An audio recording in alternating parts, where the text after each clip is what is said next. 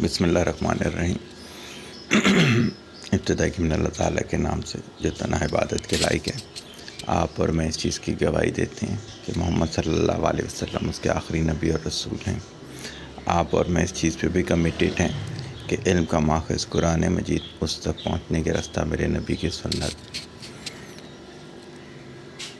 जैसा कि हम पहले बता चुके हैं आपको कि हमारे बहुत सारे पहले ऑडियो लेक्चर ऐसे हैं जो कि इस यूट्यूब चैनल पर हमारे अपलोड नहीं हुए हुए, वो पहले हमारी वेबसाइट पे मौजूद थे। तो अब आहिस्ता आहिस्ता हम वो लेक्चर भी अपलोड कर रहे हैं। तो उसकी इम्पोर्टेंस देखते हुए कि जो जिस वक्त की ज़रूरत होती है उस लिहाज से अपलोड कर देते हैं। तो आज हमारे सामने जो लेक्चर आया, जिसे देखकर बड़ी खुशी भी हुई मुझे, ये हमारे रशीद भाई हैं, मेरे वालिद साहब के मुरीद भी हैं, हमारे छोटे भाई बड़े भाइयों की तरह हैं, हम उनके छोटे भाइयों की तरह हैं। बहुत ही यूनिक इंटरव्यू है, यकीनन इसमें से आपको समझने को बहुत कुछ मिलेगा। तकरीबन 35 साल से किडनी डायलिसिस के पेशेंट हैं। मेरी जितनी स्टडी है उसमें ये एशिया के रिकॉर्ड ब्रेकर हैं, इस मामले में रिकॉर्ड होल्डर हैं। और वर्ल्ड का जो रिकॉर्ड है वो 42 साल का डायलिसिस का रिकॉर्ड है। लेकिन जैसा कि ये ख़ुद कहते हैं कि वहाँ की सहूलियात और ग़ालिबन इनकी ज़ुबान से मैंने सुना था कि ये जो 42 साल से डायलिसिस पर हैं, इसने एक दफ़ा किडनी ट्रांसप्लांट भी शायद करवाया था। बहरहाल हमें उस शख्स से गर्ज़ नहीं है, हमें इससे है कि अल्हम्दुलिल्लाह अल्लाह ताला के कलाम के सदक़े अल्हम्दुलिल्लाह इनकी विल पावर, इनका फ़िल्टर ऑफ फेथ, वो सब कुछ आपको आपकी लाइफ में आगे चलने को बहुत मदद देगा। फिर आप इनकी वो सारे एक्सपीरियंस ज़रूर सुनिएगा कि जो दरमियान में ऐसे आते हैं। तो आई होप कि इंशाअल्लाह ताला आपको ये हमारा इंटरव्यू बहुत पसंद आएगा। कमेंट्स करके हमें ज़रूर बताइएगा। ये अभी भी हयात हैं, क्योंकि हमने ये इंटरव्यू 2012 में किया था, लेकिन वक्तन फ़ौक्तन घर आते हैं, हमारी इनसे मुलाकात रहती है। अगर किसी भी शख्स के साथ किडनी का प्रॉब्लम हो, किसी भी शख्स के ख़ानदान में किसी के साथ किडनी प्रॉब्लम हो और वो चाहता हो कि हम उनकी रशीद भाई से मुलाकात करवा दें ताकि वो इनसे सीख सकें, तो आप वो हमसे रब्ता कर सकते हैं। इंशाअल्लाह ताला हम रशीद भाई से टाइम लेकर उनकी मुलाकात करवा देंगे। तो अब मैं आपसे इजाज़त चाहता हूँ ताकि आप आराम से तफसीली इंटरव्यू सुन सकें। अस्सलाम वालेकुम। तालिब दुआ, मोहताज दुआ। अटेंड कर लूँगा, वरना फिर मैं आके आपको दे दूँगा।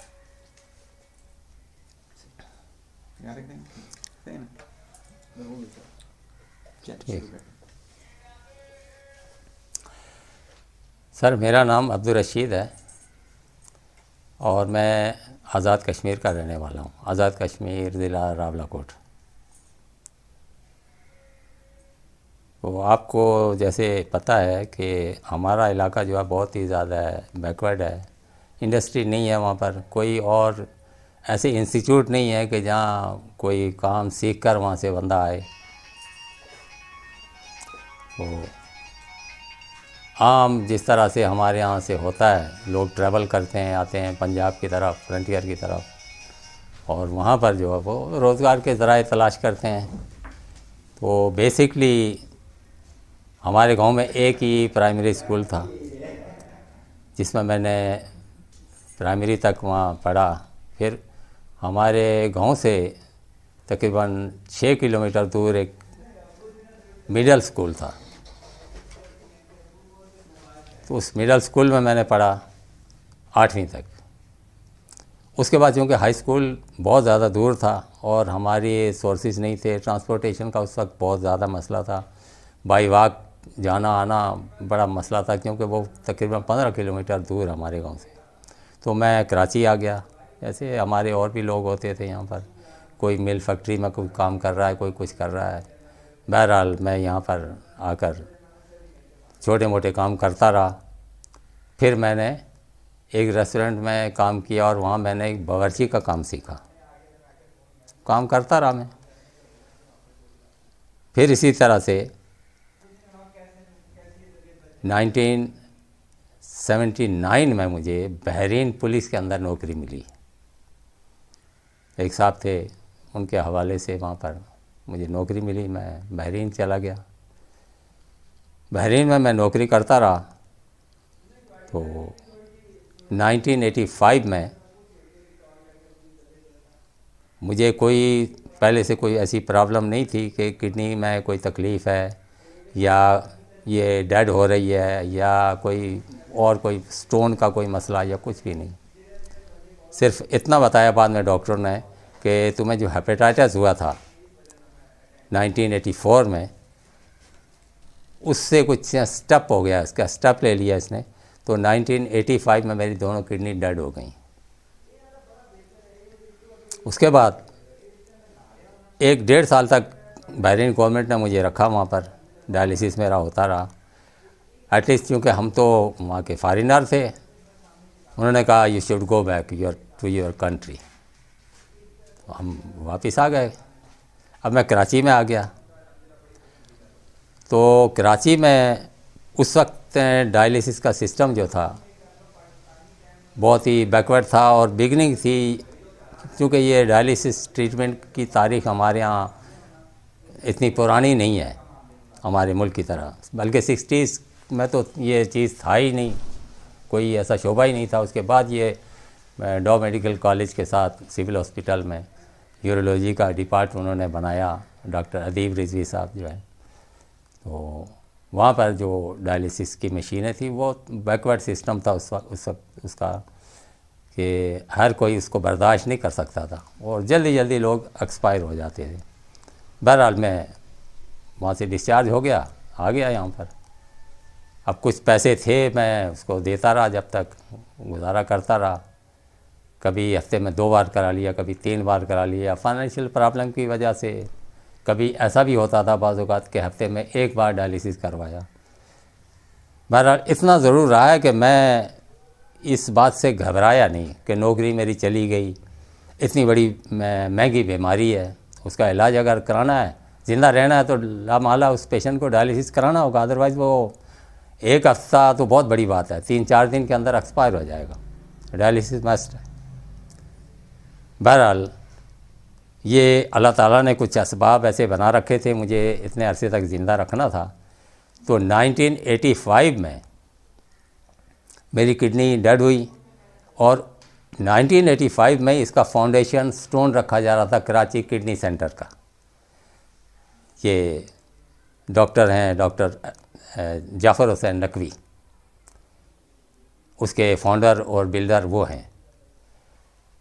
तो 1989 में उन्होंने डायलिसिस शुरू कर दिया था। 3-4 मशीनें थी उनके पास और बिल्डिंग अभी अंडर कंस्ट्रक्शन थी, कुछ अंदर की फर्निशिंग बाकी थी, लेकिन डायलिसिस बहरहाल उन्होंने शुरू कर दिया था। तो मेरे पास पैसे इतने नहीं थे।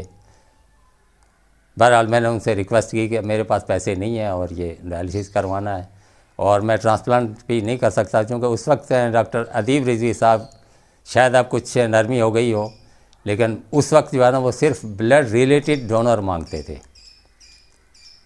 अदरवाइज़ किसी और का डोनेट किया हुआ किडनी वो जो है ना वो फिक्स करने के लिए कभी भी एग्री नहीं होते थे, चाहे आदमी कितना ही बड़ा लैंडलॉर्ड हो या गरीब से गरीब हो।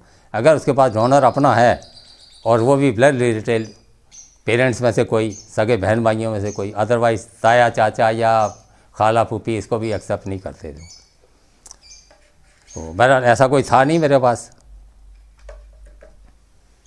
तो इसी पर मैं गुजारा करता रहा। बहरहाल 1989 में किडनी सेंटर ने मुझे स्पॉन्सर कर लिया।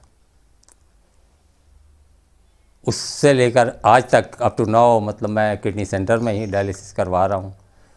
और उसके बाद ये है कि उन लोगों ने मेरे साथ बड़ा कोऑपरेट किया है, गो कि अभी वो एडमिनिस्ट्रेशन नहीं है। जाफ़र हुसैन नकवी साहब जो है उन्होंने अपना एक अलग किडनी फाउंडेशन का नाम से यूनिवर्सिटी, कराची यूनिवर्सिटी के पास उन्होंने हॉस्पिटल अपना अलग से बनाया है। तो उस वक्त चूँकि एडमिनिस्ट्रेटर वही थे तो उन्होंने मेरा बहुत ख्याल रखा है। उसके अलावा ख़ास तौर पे पेशेंट वेलफेयर की एक खातून है मैडम शहनाज अहद, उन्होंने बहुत ज़्यादा मेरे लिए जो है ना बहुत किया, क्योंकि मैं जॉबलेस भी था। अब ज़ाहिर है हफ्ते में 3 बार अगर डायलिसिस के लिए जाएगा आदमी तो कहीं भी कंटिन्यू जॉब कहाँ मिलेगी। और फिर मैं कोई ऐसा बड़ा टेक्नीशियन नहीं या कोई एजुकेटेड पर्सन नहीं था कि बहुत ही मतलब मैं अगर कहीं जॉब कर रहा हूँ तो वो 3-4 दिन हफ्ते के जो हैं वो भी मेरे लिए काफ़ी हैं, ऐसा नहीं था। तो मुझे नौकरी भी कोई नहीं देता था, क्योंकि इसको देख के कि भाई ये पेशेंट आदमी है, इस तरह का आदमी है, ये हो सकता है ऑन ड्यूटी मर जाए तो ये पुलिस केस बनेगा ये वो, तो वो टाल देते थे लोग। बहरकफ मैं बड़ी मुश्किल से एक आदमी की मिन्नत करके तो मैं एक पब्लिक रेस्टोरेंट में बावर्ची का काम करता रहा। मेरे 3 बच्चे हैं 2 बच्चे मेरे डायलिसिस लाइफ में पैदा हुए। 88 में एक बच्चा पैदा हुआ और 92 में दूसरा बच्चा पैदा हुआ। और मेरी सबसे बड़ी बेटी जो है वो 2 महीने की थी जब मैं डायलिसिस पे आया था। उसके बाद अल्लाह ताला ने ऐसा किया कि मैं जो कुछ भी अपनी मेहनत हो सकती थी वो करता रहा, लेकिन मैंने बच्चों को अनपढ़ नहीं रहने दिया। मेरी बड़ी बेटी ने माशाल्लाह फार्मेसी में डॉक्टरेट किया है। बेटा मेरा जो है वो भी काम करके बैठा हुआ है नौकरी की तलाश में, डेली वेजेस पे इधर उधर करता है काम। बहरहाल ये कि मैंने उसको ग्रेजुएट बनाया है, उसको बी कॉम करवाया, 2010 से बी कॉम है वो। एक छोटी बेटी है, उसने बीए किया है, अभी वो मास्टर करना चाह रही है किसी एक सब्जेक्ट में। कहती है मैं देखूँगी, इंग्लिश में अगर नहीं हो सका तो फिर मैं किसी और सब्जेक्ट में करूँगी। बहरहाल ये है कि ये बच्चे मेरे जो हैं वो तीनों पढ़े लिखे हैं। अब ये अलग बात है कि मेरे पास उसके लिए नौकरी के लिए ना तो सोर्स है ना रिश्वत है। बहुत सारी जगह पर इंटरव्यू किया उसने, आखिर में यानी तहकीक करने के बाद ये पता चला कि बहुत बड़ी सिफारिश हो या फिर भरपूर पैसा दो तब ये जॉब मिलेगी। रेलवे में उसने इंटरव्यू दिया, उसके अलावा बहुत सारी और जगहों पर देकर आया। जो गवर्नमेंट जॉब के लिए मैं जिस तरह कोशिश करता था कि ऐसा हो जाए कि इसकी लाइफ जो है ना कुछ बेहतरी हो जाए, तो रेलवे में असिस्टेंट ट्रेन क्लर्क एक इंटरव्यू दिया। उसमें मैं मतलब ये कि मैं वो इंटरव्यू पास किया। उसने जो फॉर्म उन्होंने दिया था, एक पेपर दिया था, वो हल किया। लेकिन उसके बाद जो है ना वो जो लोग कुछ मोहल्ले के पुराने रेलवे में हैं सर्वेंट, उन्होंने कहा कि ऐसे नहीं होगा तुम्हारा ये काम, बहुत ऊंची सिफारिश लाओ, सीएम से फ़ोन करवाओ, सिंध के सीएम से, या फिर ये कि 3-4 लाख रुपए लगेंगे, अदरवाइज़ ये जॉब मिलेगी नहीं। तो ज़ाहिर है वो चीज़ें नहीं। उसके अलावा ये सेंट्रल गवर्नमेंट के अंदर जो स्कूल चलते हैं कराची में, इसमें लेबॉर्ट्री टेक्नीशियन की ज़रूरत थी उनको। तो ये चूँकि 1-1.5 साल काम कर चुका है एयरफोर्स कॉलेज में कारसाज में, तो इसको थोड़ा तजर्बा भी था, उसका हवाला भी दिया उसने। तो उन्होंने इंटरव्यू करने के बाद जो है ना उसको ये कहा ठीक है जी। तो वो पता चला कि वो तो जो लोग सेलेक्ट होने वाले थे वो पहले ही हो चुके, वो फॉर्मेलिटी पूरी की थी उन्होंने पेपर में पब्लिश करके, और फिर इंटरव्यू के लिए जिन लड़कों को बुलाया था वो तो बैठा के उनको शाम को वापस कर दिया। 5-5 मिनट बस 1-2 बातें पूछ के सबको फारिग कर दिया। तो ऐसा नहीं हो सका। बहरहाल ये मेरी लाइफ का अपना एक वो है कि जिस तरह से अब अल्लाह ताला की तरफ से ये चीज़ आ गई तो मैंने उसको फेस किया है। ये बात ज़रूर रही है कि मैं एक लम्हे के लिए भी कभी घबराया नहीं कि अब क्या होगा क्या। भाई पाकिस्तान, जिन लोगों ने पाकिस्तान को बनाया, ये मुल्क मौजूद है, वो लोग नहीं रहे तो मुल्क तो चल रहा है ना। मैं अगर नहीं होऊंगा तो इस दुनिया को क्या फ़र्क पड़ता है। रही ये बात कि मेरे बच्चे यतीम हो जाएंगे, तो पाकिस्तान में करोड़ों के हिसाब से यतीम है। ये मेरे पास क्या गारंटी है कि अगर मैं लाखों रुपए भी छोड़ कर जाऊँ उनके लिए तो उससे कुछ फ़ायदा उठाएंगे। ये अल्लाह के ऊपर है। अल्लाह ताला ने बगैर किसी सोर्स के मेरे बच्चों को ग्रेजुएट पोस्ट ग्रेजुएट बनाया, तो आगे भी उनकी ज़िंदगी इस तरह से होगी। मैं इसके लिए मतलब ये कि अपने जहनी तौर पर कभी ये नहीं सोचता कि क्या होगा। मेरी बड़ी बेटी की अब शादी भी हो चुकी है माशाल्लाह, उसमें बहुत सारे लोगों ने, जिसमें स्पेशली हमारे जो एक बहुत ही मेहरबान ये अपने सगीर साहब हैं, इन्होंने बहुत पार्टिसिपेट किया उनकी शादी में। तो बहुत अच्छी तरीके से उसकी शादी हुई है और अच्छे घर में शादी हुई है, क्योंकि एजुकेटेड मांगते थे वो, तो ऐसी जगह से रिश्ता आया और बहुत अच्छा हो गया उसका।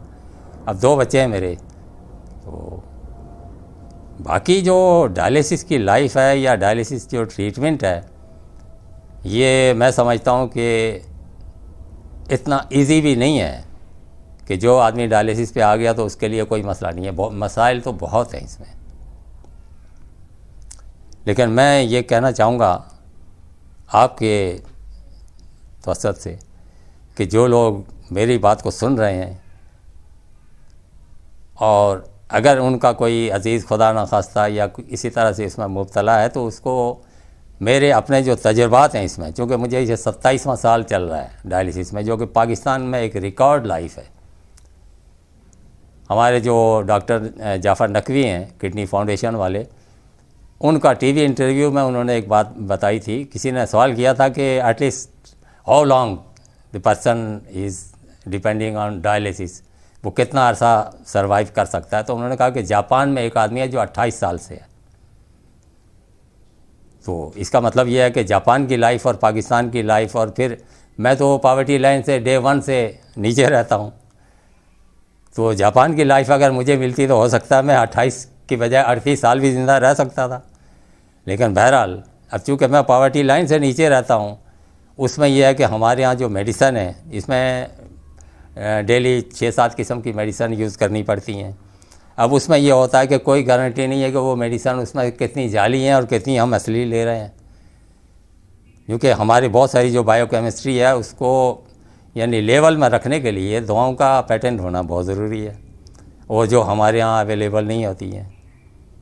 अब इन तमाम चीज़ों से उसके अलावा स्पेशल डाइट होती है पेशेंट की, जिसमें वाइट मीट स्पेशली वो डिटेल करते हैं हमारे डाइटिशियन जो है। लेकिन आपको पता है कि पाकिस्तान में वाइट मीट खाना कोई इतना आसान काम नहीं है। गरीब के पास तो वो दाल एक मसाल होती थी कि दाल जो है ना, गरीब का खाना दाल रोटी चल रही है, लेकिन अब वो दाल भी गरीब के पहुंच से बाहर है। तो बहरहाल किस तरह भी है, मैं गुजारा कर रहा हूँ। लेकिन मैं समझता हूँ कि साइंस ने ये एक तरीका इसका ये निकाला है कि जिसमें 2-3 चीज़ें बड़ी इम्पोर्टेंट हैं। एक तो डायलिसिस कंटिन्यू, आपका कितना भी इम्पोर्टेंट काम है, घर में, बरादरी में, मोहल्ले में, कोई ज़िंदगी का कोई और शोबा है, कि आप उस दिन अगर आपका वो डे ऑफ डायलिसिस है तो आप डायलिसिस मिस करके कोई दूसरा काम मत करें, आप डायलिसिस कराएं। उसके बाद यूज़ ऑफ मेडिसन, बहुत से लोगों को दवाई लेने से चिढ़ होती है कि वो कभी यानी दवाई से नफ़रत करते हैं, चाहे वो समझते भी हैं कि इसमें फ़ायदा है, मैं ठीक हो जाऊंगा, लेकिन फिर भी दवाई नहीं खाते एक। और उसके बाद है डाइट। डाइट में वो चीज़ें कि जो डॉक्टरों ने एडवाइस की आपको कि ये चीज़ आप नहीं खाएंगे, तो वो बिल्कुल अवॉइड करें, क्योंकि उससे खाने से आपका कुछ बनेगा नहीं बल्कि नुकसान होगा। स्पेशली फ्रूट्स, जिसमें एक साल्ट होता है जिसको पोटेशियम कहते हैं, क्योंकि किडनी जब डेड हो जाती है तो हमारी किडनीज जो है ना वो उसको स्ट्रेन नहीं करती हैं, तो वो पोटेशियम बॉडी के अंदर ही रहता है, जो हार्ट के लिए बहुत ज़्यादा नुकसानदेह है कि अगर उसका लेवल ज़रा सा बढ़ जाए तो सडनली सोते सोते आदमी एक्सपायर हो जाएगा, उसको हार्ट अटैक में उसको ज़्यादा तकलीफ भी नहीं होगी, बंदा चला जाएगा। तो स्पेशली फ्रूट्स जो है वो अवॉइड करे बंदा, जिसमें ड्राई फ्रूट इसमें बहुत ज़्यादा होता है फ्रेश फ्रूट की निस्बत। तो उसके बाद ये है कि ये जैसे मौसम के फल हैं आजकल, मिसाल तौर पर जैसे ये ऑरेंज है, उसके अलावा जो और फ्रूट्स हैं ये बिल्कुल ना खाए आदमी, क्योंकि इससे पोटेशियम बढ़ता है। तो उसके बाद यह है कि अपना डाइट है। फिर उसके अलावा ये होता है कि फ्लूइड, क्योंकि इसमें यूरिन पास नहीं होता, किडनी डेड हो जाए तो पेशेंट जो फ्लूइड लेगा वो चाहे चाय की सूरत में हो, किसी और लिक्विड जूस की सूरत में हो, या इवन अगर आप सालन खा रहे हैं, वो करी जो है अगर वो ज़्यादा पानी की शक्ल में है तो वो भी आपका लिक्विड काउंट होगा। तो उससे ये होगा कि मशीन जो है वो आपके बॉडी का एक ड्राई वेट डॉक्टर वहाँ सेलेक्ट करते हैं बिगनिंग में, कि जब आदमी डायलिसिस पे जाता है तो उसका वो फ्लूइड निकालते रहते हैं एटलीस्ट वहाँ तक कि जहाँ जाकर उसका बीपी ड्रॉप हो जाए या उसको क्रैम्प्स आने लगे पैरों में, तो उस वक्त ये नोट कर दिया जाता है कि इस वेट पे जाकर पेशेंट को क्रैम्प्स आते हैं और बीपी ड्रॉप होता है, इट मीन कि इसका ड्राई वेट अब इतना है बॉडी का। उसके बाद एक डायलिसिस से दूसरे डायलिसिस के दरमियान जितना वो इनटेक होगी उसकी फ्लूइड की, वो काउंट करके, जो कि 2 बार वेट होता है, पेशेंट पहले जाता है उसका वेट किया जाता है, और dry weight, according to dry weight देखते हैं कि एक्सेस कितना फ्लूइड इसने, इनटेक कितनी है इसकी, 2 लीटर है, 1.5 लीटर है, 2.5 या 3 है, एटलीस्ट 4 तक निकाल सकते हैं। लेकिन उसमें अगर बहुत ज़्यादा लिक्विड होगा वो उसको निकालेंगे तो पेशेंट को वीकनेस होगी और हो सकता है कि उसके बाद बार बार उसका बीपी ड्रॉप होता रहे। ये मसाइल उसके साथ होते रहते हैं। तो ये है कि पानी का जो हिसाब किताब है उसको आदमी कंट्रोल में रखे, गैर ज़रूरी पानी मत पिए। जैसे होते हैं बहुत सारे लोगों को ये आदत होती है कि ठंडा पानी पीने के बड़े आदी रहते हैं, वो ज़रा सी प्यास लगी है तो 2 गिलास पी लिए। लेकिन हमें मतलब जहन में हर वक्त रहना चाहिए कि मैं आम नॉर्मल आदमी नहीं हूँ, मैं पेशेंट हूँ, मुझे पेशेंट की तरह रहना चाहिए। तो इंशाल्लाह कुछ नहीं होगा, वो लॉन्ग टर्म चलता रहेगा, अपने दुनिया के सारे काम करता रहेगा। तो ऐसा नहीं कि बस किडनी डेड हो गई तो वो मर गया उसी दिन से, ऐसा नहीं है।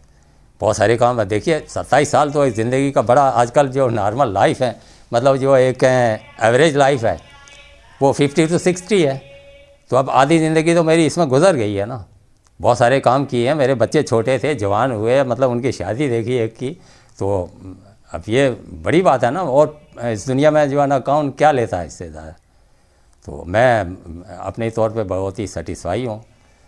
तो इसी तरह से मैं ये चाहता हूँ कि जो पेशेंट हैं, जो आने वाले हैं या जो मौजूद हैं, वो अगर किसी तरह से अपने आप को मतलब मायूस हैं तो वो मायूसी ऐसी कोई बात नहीं है।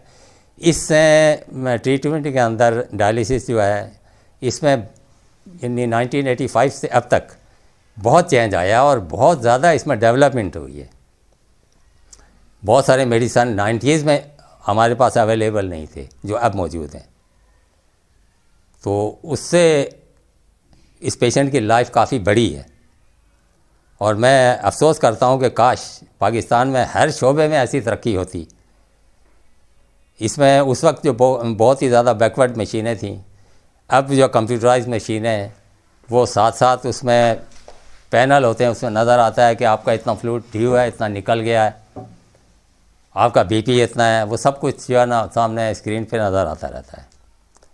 उसके बाद फिर लेबॉर्ट्री टेस्ट होते हैं बायोकेमिस्ट्री के, हर महीने उसके मतलब पता चलता रहता है उसमें कि कैल्शियम, फास्फोरस, पोटेशियम या दूसरी बहुत सारी और चीज़ें हैं, एल्ब्यूमिन, प्रोटीन वगैरह ये कैसी है। फिर उसी के हिसाब से वो डाइट एडवाइस करते हैं डॉक्टर कि आप ये चीज़ कम ले रहे हैं या ये चीज़ आपने बहुत ज़्यादा ली है, ये फास्फोरस बढ़ गया है। तो ये तमाम चीज़ें जो है ना वो उसको मेंटेन रखता है और डॉक्टरों की एडवाइस पे जो चलता है तो उसके लिए कोई मसला नहीं है। अदरवाइज़ ये बीमारी ऐसी है कि इसमें यानी गोश्त और हड्डी दोनों चीज़ें गलती हैं।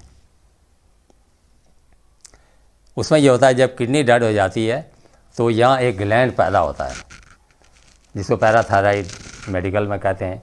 वो एक हार्मोन क्रिएट करते हैं और वो हड्डियों से कैल्शियम खींचते हैं हार्मोन्स।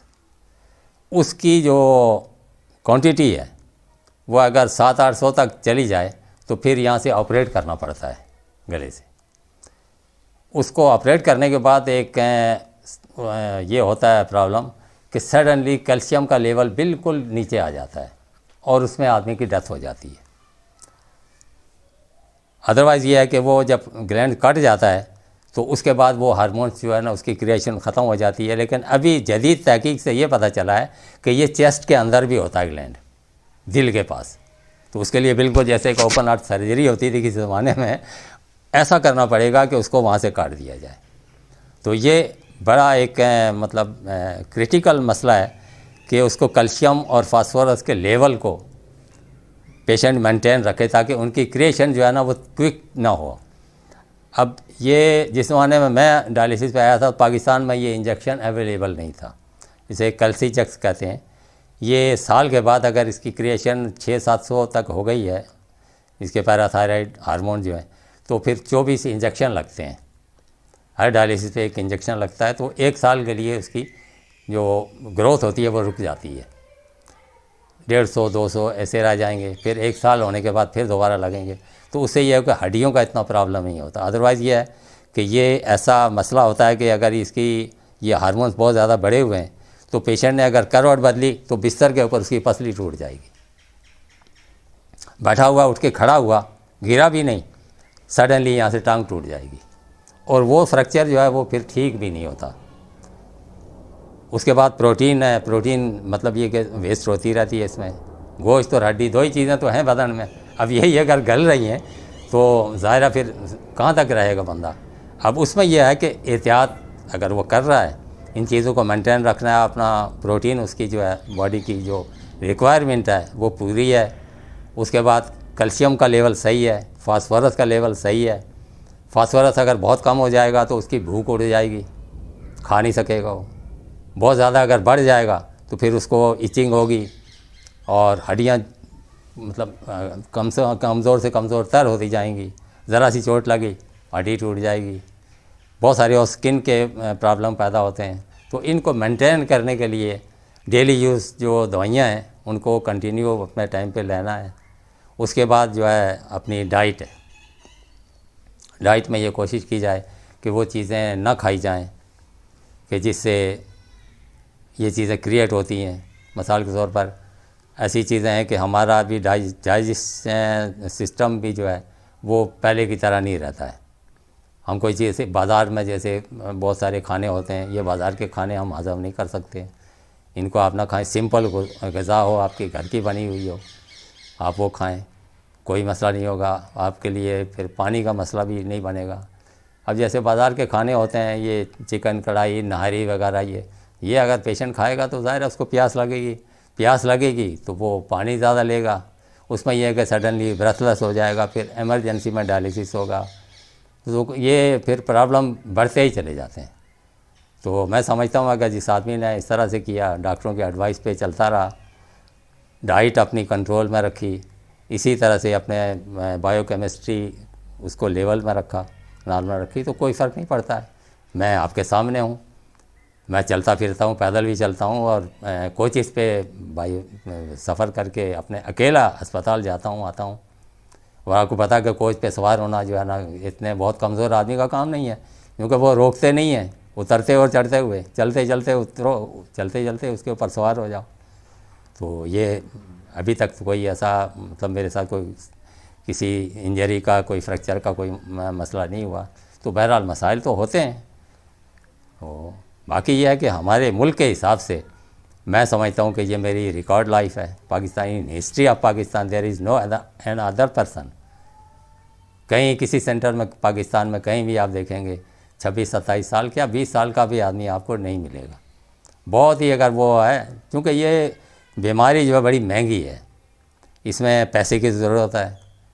ज़रा सा कोई प्रॉब्लम हो जाए तो ये आम आदमी से, यहाँ तक कि खांसी जो है, अगर ये डायलिसिस का पेशेंट खांसी उसको हो गई है तो वो आम आदमी की खांसी नहीं है, उसको एडमिट होना पड़ेगा हॉस्पिटल में।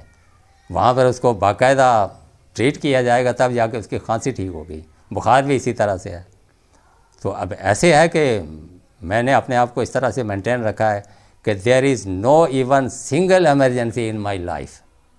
और ये बहुत बड़ी बात है, कोई इस पे यकीन नहीं करेगा। 27 साल से एक आदमी डायलिसिस का पेशेंट है और उसको एक एमरजेंसी नहीं हुई। लेकिन यकीनी बात है, मैं आपके सामने हूँ और मेरे हॉस्पिटल में ये रिकॉर्ड है कि आप मेरे हॉस्पिटल में अपने डॉक्टरों से पूछें कि इस आदमी को कोई कैजुअलिटी है, बिल्कुल नहीं। तो ये चीज़ें होती हैं। तो बाकी जो है आपको पता है कि हमारे यहाँ हेल्थ का जो क्या है, अभी ये जिस तरह से वो क्या उसको इसोटॉप जो ये हार्ट के जो पेशेंट हैं वो ले रहे थे, कितने लोग एक्सपायर हो गए हैं। अब कितने ऐसे हैं जो नोटिस में नहीं आए, क्योंकि विलेज एरिया में जो है ना, मतलब बहुत से लोग जो हैं वो हॉस्पिटल जाना गवारा भी नहीं करते और सोर्स भी नहीं होते हैं उनके पास। अब दवाई मिल गई, जैसे किसी ने दे दी, खा ली, ज़िंदा रहा तो ठीक है, अल्लाह की तरफ से उसकी ज़िंदगी है तो किसी तरह से भी वो अपने जी रहा है। अदरवाइज़ आप देख रहे हैं कि हमारे यहाँ कानून तो मौजूद है, इम्प्लीमेंटेशन उस पर नहीं होता है। ये तो एक बिल्कुल मर्डर है ना, कि आप एक ऐसी चीज़ एक पेशेंट को दे रहे हैं कि ये ड्रग लाइफ सेवर ड्रग है, वो उसको लाइफ को सेव नहीं कर रही हैं, वो उसको एक्सपायर कर रही हैं। अब ऐसे में जो है ना, बहुत सारी कई बार हमें जो डेली यूज़ की मेडिसन है उसमें ऐसी चीज़ें मिलती हैं कि हम पूरा महीना वो खाते रहते हैं, रिज़ल्ट ऐसा नहीं आता। फिर अदरवाइज़ उसको जो है ना कहीं और से देखकर जो कुछ स्टोर हैं मखसूस, जो मतलब ये कि अच्छी कंपनियों से डायरेक्ट उनसे परचेज़ करते हैं, तो उनके पास से जाके वो लेनी पड़ती है दवाई। तो वो हमारी केमिस्ट्री का जो होता है लेवल, वो तब जाकर बराबर होता है। तो ये हमेशा हर आदमी कर नहीं सकता। और फिर विलेज एरिया में बहुत सारी ऐसी चीज़ें होती हैं, दवाई एक्सपायर हो गई, आपने वो लेवल उतार दिया उसके ऊपर, दवाई वही बिक रही है। तो इसके लिए कवानीन तो मौजूद हैं कि ये जुर्म है, लेकिन ये कि इसको कौन ऐसा वो देखता है। तो बहरहाल ये मेरा एक सिलसिला था जो मैंने आपसे अर्ज़ किया। और मैं समझता हूँ कि असल में हमारे जो किडनी सेंटर के जो फाउंडर और बिल्डर थे, उन्होंने एक सिस्टम बना रखा था कि हर महीने वो गेट टुगेदर करते थे किडनी सेंटर में ही। एक दिन सब लोगों की राय से लिया जाता था, इतवार का या जुमे का। तो शाम के वक्त जो है ना, वो उनके पेशेंट आते थे, अटेंडेंट आते थे, जो लोग डायलिसिस पे होते थे वो भी अगर फारिग हैं तो वहाँ बैठते थे। तो उसमें ये होता था, कभी बाहर के डॉक्टर्स भी आते थे उस जगह के, तो उसमें जो है ना अपनी अपनी जो क्वेश्चन होते थे, कोई प्रॉब्लम है वो उसमें शेयर करते थे, डॉक्टर उसके बारे में उसका सलूशन बताते थे। तो अभी ऐसा नहीं है। तो ऐसा मैं चाहता हूँ कि मुझे सेंटर्स में कोई बुलाए, जो मुझसे सवाल करें कि तुमने ये कैसे किया, तो मैं अपने तजर्बे की रोशनी में उनको बताऊं कि मुझसे ऐसा हुआ, ऐसे मैंने ये किया, तो मैं अभी चल रहा हूँ। तो ऐसे उन लोगों को फ़ायदा हो सकता है कि जो लोग नए नए इस पे आए हैं या जिनको नॉलेज नहीं है। और मैं समझता हूँ कि इसमें दो चीज़ें बड़ी इम्पोर्टेंट होती हैं डायलिसिस लाइफ में। या तो पेशेंट जो बताते खुद इतना एक्टिव हो कि उसे पता हो कि मुझे कौन सी दवाई कब लेनी है, कितनी लेनी है, या फिर उसके अटेंडेंट में, घर वालों में एक आदमी ऐसा हो कि जिसको पूरी नॉलेज हो, उसके खाने पीने से लेकर मेडिसिन तक, उसके डायलिसिस तक, और उसके बाद उसके लेबोरेटरी टेस्ट जो होते हैं हर महीने, उनको देखता रहे, उसको टेली करे पिछले महीने के हिसाब से कि उसमें से कौन सी चीज़ जो है ना कम या ज़्यादा हो रही है। तो मैं समझता हूँ कि कोई फ़र्क नहीं पड़ता डायलिसिस लाइफ में, सडनली मरता नहीं है। अब चूँकि हार्ट जो है वो तो एक सेंटर है ना, ये अगर 30 सेकंड के लिए इसने अपनी बीट बंद कर दी तो बंदा गया। लेकिन मैं समझता हूँ अगर किडनी डेड हो जाए तो आदमी को परेशान नहीं होना चाहिए कि वो फ़ौरन बस अब मर गया। वो कि मेडिकल में सीधा सा ये जवाब है कि किडनी फेल हुई तो ज़िंदगी का खेल ख़त्म हुआ, लेकिन ऐसा नहीं है। मैं समझता हूँ कि यानी मेरा अपना तजर्बा ये है कि अगर आदमी एहतियात करता रहे, जिस तरह से मैं चलता रहा हूँ, तो किडनी के डेड होने से कोई ख़ास फ़र्क नहीं पड़ता है लाइफ में। यह है कि एंगेज हो जाता आदमी। अब मैं चूँकि मेरा ताल्लुक़ आज़ाद कश्मीर से है, मैं 27 साल तो ये डायलिसिस में हो गए, 1 साल पहले वैसे नहीं किया था। 28-29 साल हो गए मैंने अपना गाँव नहीं देखा, क्योंकि हमारे यहाँ ये नहीं है, डायलिसिस ट्रीटमेंट नहीं है। तो अगर ये मीरपुर में है तो मीरपुर और रावलपिंडी हमें एक जैसा पड़ता है अपने वहाँ से। और दूसरी बात ये कि बहुत महंगा है ये इलाज। अब मेरे पास अगर मैं 1 महीने के लिए रहता हूँ अपने गाँव में जाकर, तो मुझे कम से कम 1 लाख रुपया चाहिए सिर्फ 1 महीने के लिए। एक तो एक बंदा जो मेरे साथ आएगा, हमारा पैसेज, फिर यह कि वहाँ से डायलिसिस करा के उसी वक्त तो वापस नहीं जा सकता, एक रात होटल में ठहरना भी है। तो ये सारे मैंने अपना एक एस्टीमेट लगाया कि 1 लाख रुपए अगर मेरे पास हो तो मैं 1 महीना अपने गाँव में रह सकता हूँ। फिर ये कि हमारा वो माउंटेन एरिया है, उसमें यह होता है कि अगर रेनिंग सीज़न में लैंड स्लाइडिंग हो गई तो नॉर्मल आदमी के लिए कोई मसला नहीं है, एक दिन किसी काम से लेट हो गया तो वो करेगा, लेकिन मैं तो रह नहीं सकता। अब रोड बंद हो गए हैं भाई, वो मशीनरी फ़लाँ जगह बिज़ी है, वो आएगी, ये हटाएगी मलबा, रोड चलेगा जब तक ट्रैफिक रुकी हुई है। तो इस वजह से जो है ना, मैंने कहा अगर गाँव में नहीं रहा मैं, तो मैं यहाँ से जाके रावलपिंडी में होटल में ठहरूँ तो उससे बेहतर है कि कराची में ही जो है अपने बाल बच्चे हैं मेरे, तो यहाँ मेरा डायलिसिस भी होता है, फ्री ऑफ चार्ज होता है। तो इसी तरह से बहुत सारे जो मतलब हमारे जो विलेज एरिया हैं, और स्पेशली इंटीरियर सिंध, जहाँ पर ये रेनिंग वाटर को पीने के लिए इस्तेमाल करते हैं, तो उसमें ये होता है कि उसमें स्टोन होता रहता है किडनी में। अब वो घरेलू देसी टोटके के हिसाब से कभी इस्तेमाल किया, निकल गई, फिर हो गई, फिर निकल गई, ऐसे करते करते वो किडनी जो है ना डेड होती रहती है। और ये एक ऐसा ऑर्गन है कि इसमें अगर स्टोन नहीं है आपको और वैसे किडनी रिजेक्ट हो रही है तो आपको इसका फ़ौरन एहसास नहीं होगा। और हमारे यहाँ जो डायलिसिस पे आते हैं लोग, उसमें ज़्यादा मेजॉरिटी जो है वो डायबिटीज़ की है। डायबिटिक पेशेंट जो है वो हमारे यहाँ बहुत ज़्यादा हैं जो डायलिसिस पे आते हैं। तो ये एक अलमिया है कि डायलिसिस के लिए डायबिटिक का आना, और फिर डायबिटिक जो है एक ऐसी चीज़ है कि मेरी इत्तला के मुताबिक ये बच्चों में तो जल्दी इसका पता चल जाता है कि डायबिटिक है, लेकिन जवान आदमी में पता नहीं चलता। वो इसका डायबिटिक का कैरिड है और 10 से 15 साल गुजर जाएंगे उसको पता भी नहीं चलेगा।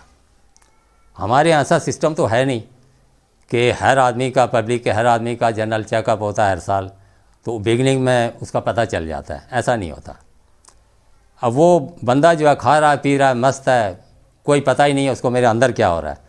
अचानक जब उसको इसका अटैक होगा तो वो उस वक्त किसी अस्पताल में गया, पता चला कि तुम्हारा शुगर का लेवल जो है बढ़ा हुआ है, तो उस वक्त वो उसको काउंट करेगा कि यार शुगर हो गई है मुझे, हालांकि वो इससे 10-12 साल पहले आ चुका था। अब उसमें यह है कि किडनी की तरफ किसी का ध्यान नहीं जाता। एक तो ये कि हमारे यहाँ मतलब ये कि नॉलेज नहीं है इसकी, इन्वायरमेंट मतलब वो कि एक जिस तरह से हमारा खाना है या हम जिस माहौल में रहते हैं उसमें ये चीज़ें बहुत ज़्यादा हैं। और फिर सबसे बड़ी बात यह कि इसके बारे में कोई हमारे पास मालूमात का कोई ज़रिया नहीं है कि हर आदमी के नॉलेज में हो कि ये जब डायबिटिक आदमी पता चल जाता है कि ये डायबिटिक है तो उसे क्या क्या करना चाहिए, और फिर किडनी किस तरह इन्वॉल्व होती है डायबिटिक में। उसमें मुझे जहाँ तक मालूमात है कि इसमें 80% है डायबिटिक में जो डायलिसिस पे आने के लिए किडनी का डेड होना, इसका परसेंटेज है 80, और उसके बाद हेपेटाइटिस का है 70, यानी 100 में 70 आदमी जो हैं वो डायलिसिस पे आ सकते हैं, उनकी किडनी डेड हो सकती है हेपेटाइटिस में। जब इसका स्टेप हो जाता है जब, तो फिर किडनी पे इसका अटैक होता है। पहला अटैक तो इसका लीवर पे होता है, सेकंड अटैक जो है ना वो अगर सही रिकवर नहीं हुआ तो फिर किडनी पे, सॉफ्ट ऑर्गन पे होगा। तो इसका 70% जो है ना परसेंटेज है हेपेटाइटिस का, और इसका डायबिटिक का 80% है। 100 में 100 लोग जो हैं डायबिटिक हैं, उसमें 80 लोग जो हैं डायलिसिस पे आएंगे, किडनी डेड होगी इनकी। तो ये उनकी तरफ उसका कोई ध्यान नहीं जाता, क्योंकि किडनी में उस दौरान कोई दर्द नहीं होता जब किडनी रिजेक्ट हो रही होती है। और उसको बड़ा स्लो होता है ये अमल कि एक पेशेंट को डायलिसिस पे, या डायबिटिक पेशेंट को डायलिसिस पे आने के लिए 15 से 20 साल भी लगते हैं, यानी ग्रेजुअली उसकी किडनी डेड होती रहती है। और इवन अगर वो 20% भी काम कर रही है ना तो उसको कोई फ़र्क नहीं पड़ता, पता भी नहीं चलता है, उसका यूरिन पास हो रहा है, उसको कहीं पेन नहीं हो रहा है, खाने पीने में, चलने फिरने में। लेकिन वो 100% जब ये लॉक हो जाती है किडनी, तो उसके बाद फिर एक हफ्ता फिर भी लगता है कि उसके जो साल्ट हैं जो क्रिएट होते हैं उसमें यूरिन पास हो रहा है, उसको हल्का सा इसका नोटिस नहीं लेता आदमी कि ये मेरा कम हो गई है, इसकी क्वांटिटी कम हो गई है, वो इसको जहन में ही नहीं लाता है। तो उसमें यह होता है यूरिया, क्रिएटिनिन, ये चीज़ें बढ़ जाती हैं जब, उसको फिर वॉमिटिंग होती है। बाज़ औक़ात ये होता है कि वो फ्लूइड उसका एक्सेस होकर लंग्स के अंदर पानी आ जाता है, फिर ब्लड हो जाता है, तब कहीं आखिर में जाकर अस्पताल में जाता है और वहाँ पर लेबोरेटरी टेस्ट से पता चलता है कि किडनी डेड हो गई। तो ऐसे लोग अगर एहतियात करें तो सबसे बड़ी चीज़ तो ये है कि यानी डायबिटिक हो ही ना, उसके लिए एहतियात करें लोग।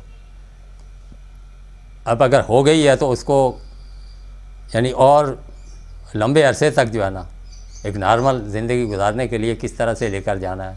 बहुत सारे लोगों को हमने ये देखा है, यार जो रात कब्र में है तो वो कहाँ बाहर है, ऐसा नहीं है। बल्कि अल्लाह ताला ने इंसान को जो है ना अकल दी है, एक सोच दी है, ठीक है ये बीमारियां हैं, हमारा बदन जो है, क्योंकि ये इसी ज़मीन की पैदावार है और इसमें जो कुछ इसका ट्रीटमेंट है वो भी इसी जगह है। वो एक अलग चीज़ है कि रूह हमारी ऊपर से आई है रूहानियत की तरक्की के लिए या रूह की ग़िज़ा के लिए, वो तो हमें रूहानी तौर पे ऊपर से मिलेगा कुछ। लेकिन इस दुनिया के जितने भी लवाजमात हैं, चूँकि हमारा बदन भी इसी से बना है, तो ये सब कुछ यहीं मौजूद है। तो उसमें से क्या चीज़ आपको खानी है, कब खानी है, कितनी नहीं खानी है, तो ये अगर मतलब ये कि आदमी के पास हो, नॉलेज हो इसकी, तो कोई वजह नहीं है कि बहुत सारे लोग जो है ना वो इन चीज़ों से बच सकते हैं। अदरवाइज़ अगर डायलिसिस पे आ गया और उसको पता चल गया कि अब इसी तरह रहना है। अब जहाँ तक किडनी ट्रांसप्लांट का ताल्लुक़ है, ये कोई इतना आसान काम भी नहीं है जो लोग ट्रांसप्लांट कराते हैं। अब ये हमारा जो SIUT है, ये एक बहुत बड़ी खिदमत अंजाम दे रहा है, और कुछ इस तरह से जो मुखय्यर हजरात हैं वो डॉक्टर अदीब हसन रिजवी साहब से था, यानी खामोशी के साथ ऐसा कोऑपरेट करते हैं जिससे कि ये ट्रांसप्लांट कराने के बाद 20 से 25 हज़ार रुपये महीने की दवाइयाँ हैं जो पेशेंट को लेनी है, अदरवाइज़ वो किडनी रिजेक्ट हो जाएगी। अब वो हर आदमी की पहुंच में नहीं है कि 20-25 हज़ार रुपये जो है वो महीने के सिर्फ मेडिसन के लिए स्पेयर करे। तो वो रिजवी साहब जो हैं वो देते हैं, फ्री ऑफ चार्ज गरीब पेशेंट को वो देते हैं, लेकिन ट्रांसप्लांट वो खुद करें उसको देते हैं। अदरवाइज़ अगर मैं कहीं और से ट्रांसप्लांट करा के आ गया, मैं कह रहा हूँ कि साहब वो दवाई नहीं है मेरे पास, तो ऐसे को नहीं देते हैं वो। लेकिन उन्होंने जिनको उन्होंने ऑपरेट किया है, ऐसे सैकड़ों लोग हैं, बल्कि अब तो हज़ारों में है तादाद, जिनको वो हर महीने वो दवाई प्रोवाइड करते हैं। अदरवाइज़ अगर ये मैंने ऐसे लोग भी देखे हैं जिन लोगों ने यानी 90s से पहले 86, 88, 87 इसमें जो है ना ट्रांसप्लांट कहीं और से करवाए थे, और आखिर में ये हुआ कि उन्होंने वो मेडिसिन जो है, क्योंकि नहीं हो सकता, बाज़ों का उसमें गैप हो जाता है, अगर वो डिसकंटिन्यू हो गई तो 2 साल में, 3 साल में, 4 साल में, 1 हफ्ते का आपने अगर गैप दे दिया उस मेडिसिन में, तो किडनी को रिजेक्ट कर देगी बॉडी। वो लोग फिर डायलिसिस पे आए, कुछ अर्सा रहे, फिर एक्सपायर हो गए। तो ये इतना आसान काम भी नहीं है कि किडनी लग गई तो बस वो इसका एक जो है ना मतलब आपने हल तलाश कर लिया कि कोई चीज़ आपके पास नहीं थी, आपने बाज़ार से ला के जो इस्तेमाल कर ली, ऐसा नहीं है, बल्कि बहुत ज़्यादा सेंसिटिव हो जाता है आदमी। तो मैं इसी वजह से जो है ना उस वक्त इसके ऊपर तो ध्यान भी नहीं दिया। अदरवाइज़ वो बहरीन की गवर्नमेंट मुझे ये ऑफ़र कर रही थी कि तुम इंडिया चले जाओ, इसके जितने भी एक्सपेंसेस होंगे वो सब बहरीन गवर्नमेंट इसको बर्दाश्त करेगी, इंडिया के लोग वो वहाँ से खुद ही डोनर भी अरेंज कर लेंगे, सब कुछ तुम्हें वो कर देंगे। लेकिन मैंने हॉनेस्टली वहाँ के जो डॉक्टर्स थे, जैसे हमारा आगा खान हॉस्पिटल है, ऐसे बम्बे के जो टॉप के हॉस्पिटल है, वहाँ के लोग वहाँ पर जो है, चूँकि मेरा डायलिसिस वहाँ पर मिलिट्री हॉस्पिटल में होता था, तो उनसे मैंने पूछा कि अगर मैं जाऊँ वहाँ पर तो ये मेरी लाइफ के लिए कैसा है, और ये अपने मतलब ये कि प्रोफेशन के साथ हॉनेस्ट होकर मुझे बताना, क्योंकि ये मैं मतलब दाव खेलना नहीं चाहता, जुआ खेलना नहीं चाहता मैं। तो उन्होंने कहा देखो इसकी तो कोई गारंटी नहीं है, इवन अमेरिका सबसे एडवांस है साइंस में, टेक्नोलॉजी में, इसमें, तो वहाँ भी कोई गारंटी नहीं है कि ये जो किडनी आपको फिक्स की जा रही है ये इतना अर्सा चलेगी। इवन 1 महीने की भी गारंटी नहीं देगा सर्जन। हाँ, सर्जरी की गारंटी देगा कि सर्जरी में कोई फॉल्ट नहीं होगा, लेकिन किडनी से काम लेना तो ये तो कुदरत का काम है। वो एक नेचुरल एक जो चीज़ जो थी वो तो डेड हो गई। अब ये समझ लें कि बाहर से लेकर लगी हुई चीज़ है, अब वो कितना कैसे चलती है ये तो ये समझ कर मैंने जो है ना उनको रिफ्यूज़ कर दिया था कि नहीं साहब मैं ये नहीं कराना चाहता हूँ। उन्होंने कहा otherwise you should go back. मैं आ गया वापस पाकिस्तान। भाई ज़ाहिर है अब मरना ही है, मेरे पास इतना पैसा तो नहीं है कि मैं इतना देकर वो करूँगा, लेकिन अल्लाह ताला ने असबाब पैदा किए, और मैं तो I am very thankful of those people जो टैक्स पेयर हैं, जो वहाँ पर डोनेशन देते हैं, या जिनकी ज़कात से जो है ना हमारे जैसे लोग। अब हमारे यहाँ किडनी सेंटर में मोर देन 50 पेशेंट जो चैरिटी पे डिपेंड करते हैं, उनको ये ज़ाहिर है कि जो लोग ज़कात देते हैं उनके ज़कात के पैसों से हमारा इलाज होता है। अदरवाइज़ ये है कि वो पेशेंट वेलफेयर डिपार्ट जो है उसमें कुछ एक्स्ट्रा अगर कुछ हमारे साथ कोई प्रॉब्लम हो, जैसे सर्जरी का कुछ मसला है या कुछ, तो उसमें भी वो हेल्प करते हैं। और बहुत सारी ऐसी डेली यूज़ की मेडिसन्स हैं जो काफ़ी महंगी है, मतलब 20 रुपए की एक टैबलेट है कि एक आदमी 3 टैबलेट डेली ले रहा है, तो 60-70 रुपये इस तरह से, मतलब ये कि कई हज़ार की उसकी तो महीने की दवाइयाँ उस पेशेंट की हो जाती हैं। अब जिसकी आमदनी जो है ज़ीरो है, सोर्स ऑफ इनकम उसके नहीं है। अब मेरा एक बेटा है, एक बेटी एक बेटा, हम 4 लोग हैं इस घर में, एक बेटी की शादी हो गई है। अब 12,000 रुपये उसकी तनख्वाह है, तो उसमें ज़ाहिर हम उसी में पूरा करते हैं, जिसमें यूटिलिटीज बिल भी हैं। उसके बाद आपको पता है कि पैसेज, मेरे आना जाना उसका किराया भी है, फिर डेली यूज़ में कुछ मेडिसिन भी लेनी पड़ती हैं। तो बाज़ औक़ात अगर नहीं होता तो मैं अपने डॉक्टर से रिक्वेस्ट करता हूँ, वो दे देते हैं।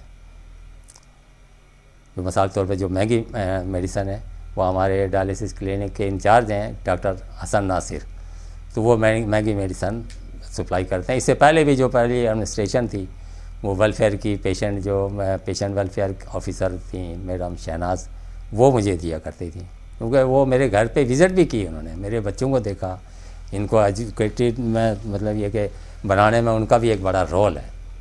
वो मुझे बड़ा हौसला देती थी, अगर तुम्हारे पास फ़ीस नहीं होगी, यूनिवर्सिटी की फ़ीस मैं दूंगी तुम्हारी बेटी की, तुम उसको एडमिट कराओ, वहाँ पर एडमिशन दिलाओ उसको।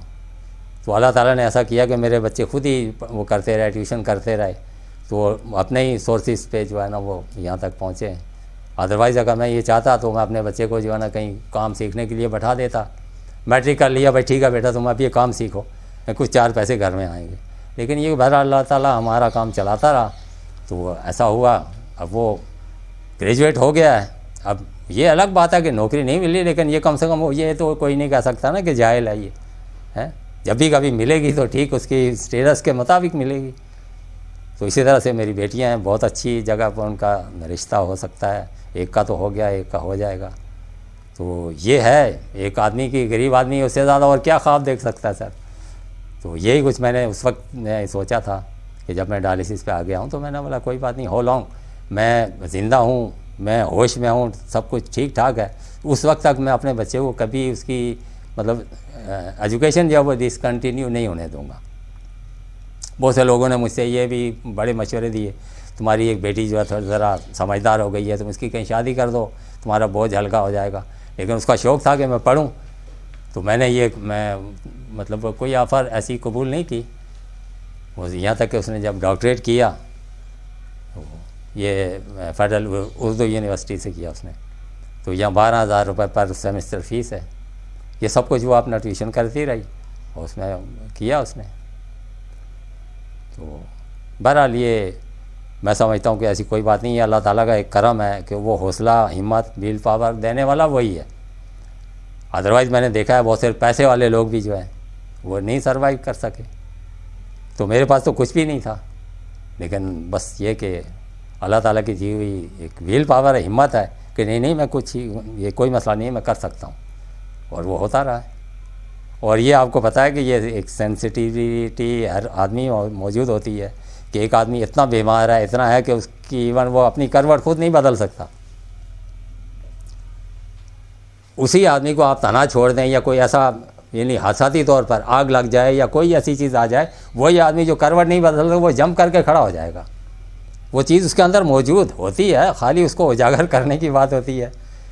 हमने कहा ऐसी कोई बात नहीं है भाई, मैं अगर बीमार हो गया हूँ, मेरे बच्चों का तो हक़ है पढ़ना, है भाई, ये अपनी मर्ज़ी से तो पैदा नहीं हुए हैं भाई। मैं तो मना कर रहा था ये तुम अपनी मर्ज़ी से यहाँ पैदा हो गए हो, मैं गरीब हूँ, ऐसी बात नहीं है। ये तो एक नेचुरली चीज़ है। वो मेरे घर में अगर पैदा हुए हैं तो हक़ तो उनका है इस दुनिया में। एजुकेशन हासिल करना मौजूदा वक्त का तकाज़ा है ये, अदरवाइज़ जानवरों की तरह फिरते रहेंगे। अब मैं अगर हूँ, मैं बीमार हूँ, लेकिन इसका मतलब ये तो नहीं है कि मैं यहाँ से उठकर वहाँ नहीं जा सकता, ये काम मैं अपने हाथों से कर सकता हूँ तो ये नहीं करता। मैंने 13-14 साल तक जो है ना इसी डायलिसिस लाइफ में, आपको पता है ये बारबेक्यू जो है, ये चिकन कढ़ाई ये वगैरह जो है ना, ये शाम को जो लगते हैं, क्योंकि मैं कंटिन्यू तो कर नहीं सकता ना, क्योंकि मुझे वहाँ जाना होता है। तो मैं ये काम करता रहा हूँ। मैं 200-300 रुपये रोज़ दिहाड़ी लाता था, उसमें मेरे बच्चे अपना घर चलता था मेरा। कुछ ये होता था कि मेरे जो रिश्तेदार हैं कभी कभार वो कर लेते थे, लेकिन आपको पता है कि जो हमारी जो मतलब जेंट्री है उसमें हर आदमी के अपने भी मसाइल होते हैं। तो इस तरह से ये सिलसिला अप टू नाउ चल रहा है। अब मैं नहीं समझता कि और कब तक रहेगा ये। बहरहाल ये कि मुझे बड़ा इत्मीनान है, मैं अपनी मतलब किसी तरह से भी मायूस नहीं हूँ कि मैं दुनिया में आया था, मेरी लाइफ में ये चीज़ जो है ना, वो तो खैर कितना ही बड़ा आदमी हो, हैं, बहुत बड़ी सल्तनत का मालिक क्यों ना हो, उसकी भी हसरत रह जाती है कि नहीं ये और थोड़ा सा हो जाता। ये तो इंसानी हवीस है। लेकिन मैं अपनी तौर पर बहुत ही सेटिस्फाई ज़िंदगी गुजार कर इस दुनिया से जाऊँगा इंशाल्लाह। कोई ऐसी बात नहीं है कि मैं मतलब ये कि महरूम रहा या ऐसा रहा, ऐसा नहीं। तो बहरहाल मैं यही मेरा पैगाम है उन लोगों के लिए कि जो डायलिसिस पे आ चुके हैं या ऐसे आसार हैं कि कोई आ सकता है, तो उसके लिए अब भी इस वक्त जो है ना डायलिसिस ट्रीटमेंट पाकिस्तान में बहुत बहुत बहुत बेहतरीन है। और अब तो ऐसा भी हो गया है कि बहुत सारे लोगों को ये मतलब एहसास भी हो गया है कि डोनेशन देते हैं ऐसे हॉस्पिटल्स को जो फ्री ऑफ चार्ज ये डायलिसिस करते हैं। तो ऐसे में यह है कि आदमी अपने टोटके इस्तेमाल ना करे। अगर ये पता चल रहा है तो फिर बड़े हॉस्पिटल से फ़ौरन रब्ता करे और अपने आप को वहाँ पर रजिस्ट्रेशन कराए। उसके बाद ये है कि वो 100% जब किडनी डेड हो जाएगी जब ही डायलिसिस पे आता है, अदरवाइज़ वो चांस लेते रहते हैं कि डायलिसिस पे ना हो।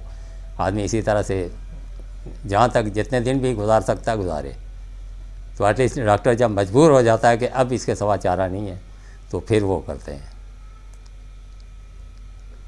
तो अब बहुत बहुत शुक्रिया सर, आपने ये वो किया, और मैं उम्मीद करता हूँ कि ये अगर आपके तवज्जुह से ये चीज़ लोगों तक पहुँचेगी तो मेरा ख्याल है कि उनको फ़ायदा होगा इससे।